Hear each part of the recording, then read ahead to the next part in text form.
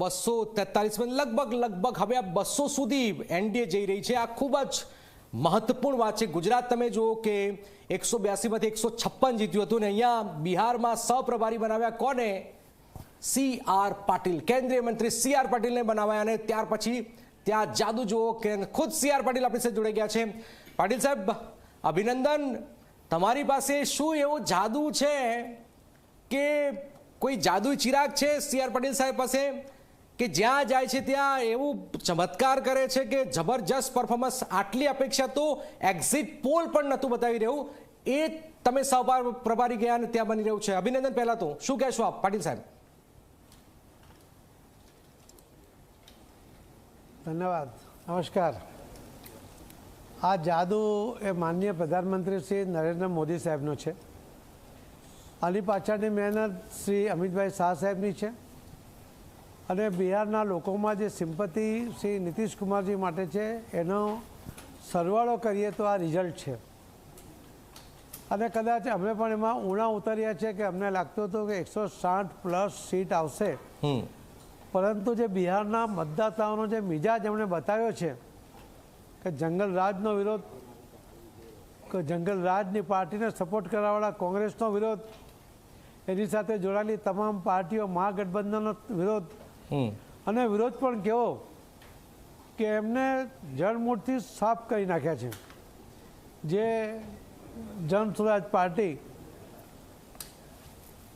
ખૂબ મોટો દાવો કરતી હતી, સરકાર બનાવવાના દાવાથી માંડીને એક અસરકારક પરિબળ ઊભું થાય એવી જે વાતો કે એવું વાતાવરણ જેમણે ઊભું કર્યું હતું એનું અસ્તિત્વ જ નથી રહ્યું।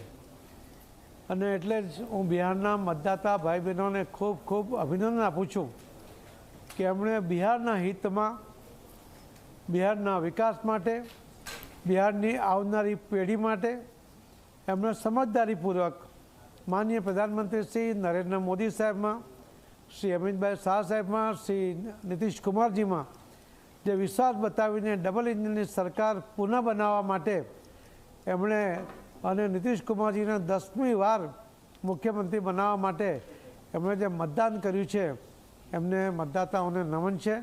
એમની સમજદારીને અને એમણે જે રીતે જંગલરાજને અટકાવવા માટેનો ભરપૂર પ્રયત્ન, તાકાત લગાવી, દરેક ડર ઊભો થયો કે જંગલરાજ ફરી આવી રહ્યું છે અને બિહારમાં રહેતા અને બિહાર બહાર રહેતા બિહારના લોકોએ પણ એકજૂટ થઈને બિહારમાં જાગૃતિ ફેલાવવાનો પ્રયત્ન કર્યો અને આ પરિણામ જે આવ્યું છે એ ખરેખર અકલ્પનીય છે।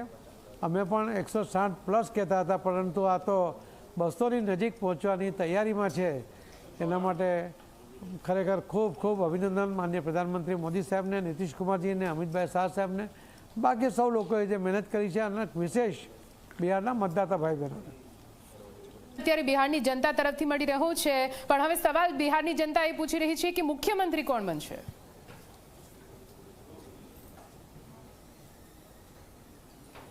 મુખ્યમંત્રી માન્ય શ્રી નીતિશ કુમારજી રહેશે, એ ભારતીય જનતા પાર્ટીએ પણ વારંવાર કહ્યું છે અને એ જ રહેશે।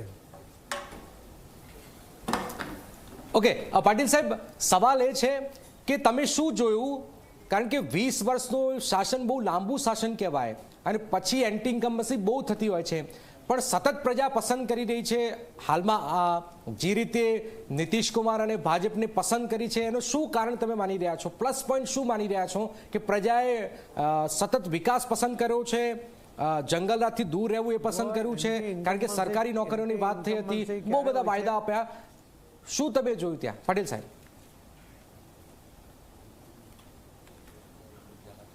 એન્ટી ઇન્કમ્બન્સી જ્યારે ઊભી થાય છે જ્યારે સત્તાનો દુરુપયોગ થાય છે।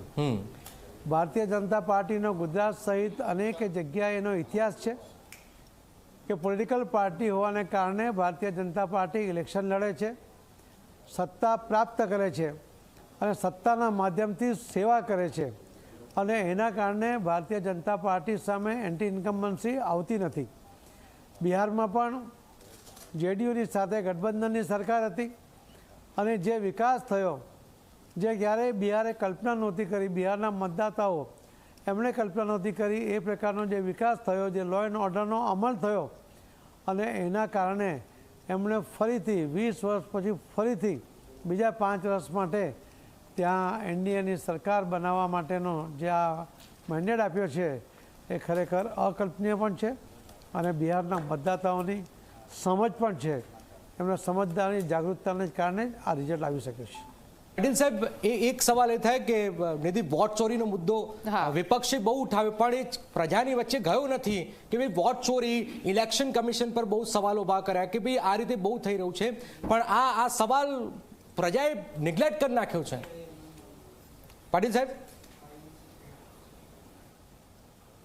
ઇલેક્શન કમિશનર દ્વારા જે એસઆઈઆર માટેની પ્રક્રિયા બિહારમાં જે પારદર્શક રીતે કરવામાં આવી અને એના પરિણામે જે મતદાતાઓ 65 લાખ જેટલા બોગસ મતદારો હતા, ડબલ મતદારો હતા કે મૃત્યુ પામેલા મતદારો હતા, એને સૂચિમાંથી એ નામો દૂર કરવામાં આવ્યા.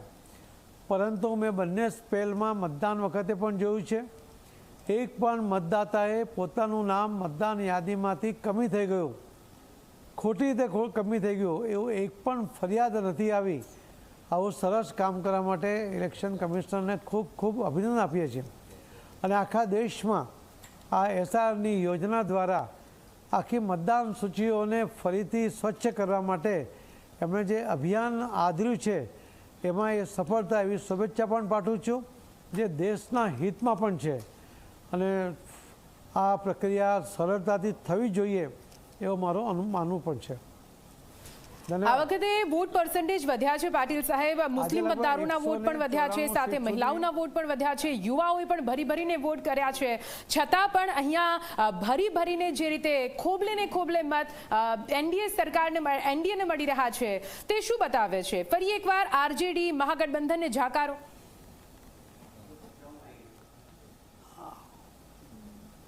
આજે 194 સીટ હમણાં ન્યૂઝ પર બતાવી રહ્યા છે કે 194 સીટ પર એનડીએ આગળ ચાલે છે અને કદાચ ડબલ સેન્ચુરી સુધી પહોંચી જાય તો નવાય નહીં, એ પ્રકારનું વાતાવરણ બન્યું છે.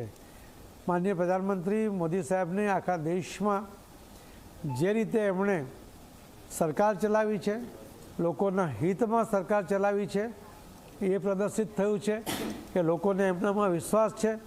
અને બિહારમાં પણ ડબલ એન્જિનની સરકાર દ્વારા જે વિકાસના કામોમાં માનનીય પ્રધાનમંત્રી મોદી સાહેબે છે, નીતિશ કુમારજીને સહયોગ કર્યો છે, એના કારણે જે બિહારનો વિકાસ થયો છે એમાં લોકોએ વિશ્વાસ પોતે બતાવ્યો છે અને એમને સપોર્ટ કર્યો છે અને એટલે જ ખોબલે ખોબલે મત આપ્યા છે.